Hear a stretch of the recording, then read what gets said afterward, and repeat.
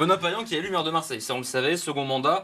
On va rappeler les scores, 54-34 pour celui qui est pour la première fois élu en son nom, devant Franck Alizio qui a récolté 40,30 pour le Rassemblement national, Martine Vassal, troisième à 5,36. La prochaine échéance, c'est le premier conseil municipal, c'est à ce moment que Benoît Payan sera officiellement élu maire de Marseille. Est-ce qu'on sait déjà à quoi va ressembler l'hémicycle municipal? Oui, c'est en quelque sorte le troisième tour finalement de ces élections municipales.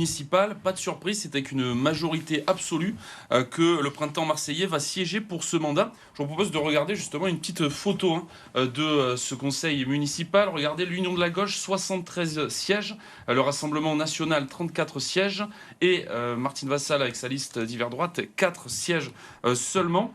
Donc ça, c'est une recomposition de l'échiquier politique par rapport aux dernières élections qu'on peut voir aussi s'afficher à l'écran, où là, regardez, eh bien, le printemps marseillais avait recueilli 42 sièges, 39 pour les Républicains, la liste de Martine Vassal, 9 sièges pour le Rassemblement national. Samia Ghali arrivait avec 8 sièges et 3 sièges pour la liste de Bruno Gilles d'hiver droite. Ce qu'il faut savoir, c'est que donc à cette époque-là, eh bien, il y avait eu quelques arrangements. La liste de Samia Ghali avait rejoint le printemps marseillais, ce qui avait permis d'obtenir justement de faire la différence même, puisqu'ils avaient pu obtenir 42 plus 8, 50 sièges. Et Bruno Gilles, quant à lui, avait rejoint la liste plus tardivement, en 2023, la liste de Martine Vassal. Donc ça faisait monter à 42 sièges dans l'hémicycle. Donc on voit une recomposition de cet échiquier avec une droite aux abonnés absents et une extrême droite qui est remontée très haut au sein de l'hémicycle. Il y a une autre élection à laquelle on va s'intéresser, c'est les élections métropolitaines. Oui, c'est une autre paire de manches, par contre, pour la gauche locale. Une majorité est inatteignable. Alors, quel scénario envisager?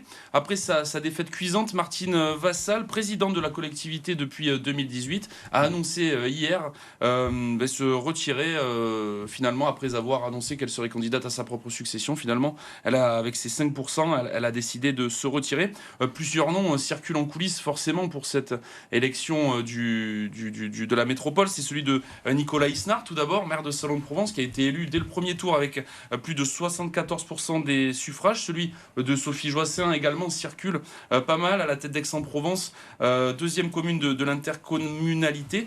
Du côté de la gauche, il faut s'attendre à avoir une soixantaine de sièges de conseils métropolitains qui seront présentés, insuffisants pour remporter la métropole, mais probablement assez, Léo, pour peser justement dans ces négociations qui, on l'imagine, ont dû déjà commencer. Oui, Benoît Payan a annoncé les choses très clairement. Il a dit que désormais, personne ne pourrait faire sans Marseille au niveau de la métropole. Et donc, cela signifie que le ou la candidate qui va être retenue le 2 avril, c'est à cette date que le conseil de métropole va se réunir, eh bien, devra composer, devra sans doute signer un pacte de gouvernance avec la ville-centre.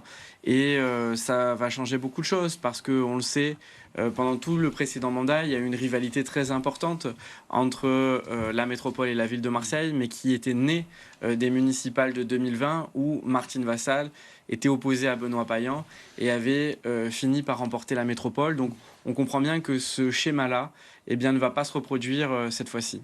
On parlait du poids de la gauche. On a vu avec, par exemple, Aubagne aussi qui a repris la main. Est-ce que ça aussi, ça peut jouer justement dans ces élections métropolitaines? Oui, alors probablement, tout à l'heure, Thomas, vous avez dit qu'il s'agissait d'une collectivité. En fait, ce n'est pas tout à fait ça. C'est une intercommunalité. Et donc, la réalité, c'est que le fonctionnement normal de cette intercommunalité, c'est que chaque maire, ayant été élu dans sa ville, normalement, doit pouvoir décider de ce qui s'y passe. Et donc, probablement, on a une logique qui va être plus de coopération intercommunale qui va s'imposer sur une logique plus politique précédemment. Notons, puisqu'on parlait d'élections métropolitaines aussi, qu'il y avait un cas inédit en France hier à Lyon. Il y avait des élections métropolitaines directement. On votait en même temps pour le maire et aussi pour la métropole. C'est un cas un peu exceptionnel, Exactement. effectivement. C'est une loi qui fait que Lyon est tout à fait exceptionnelle.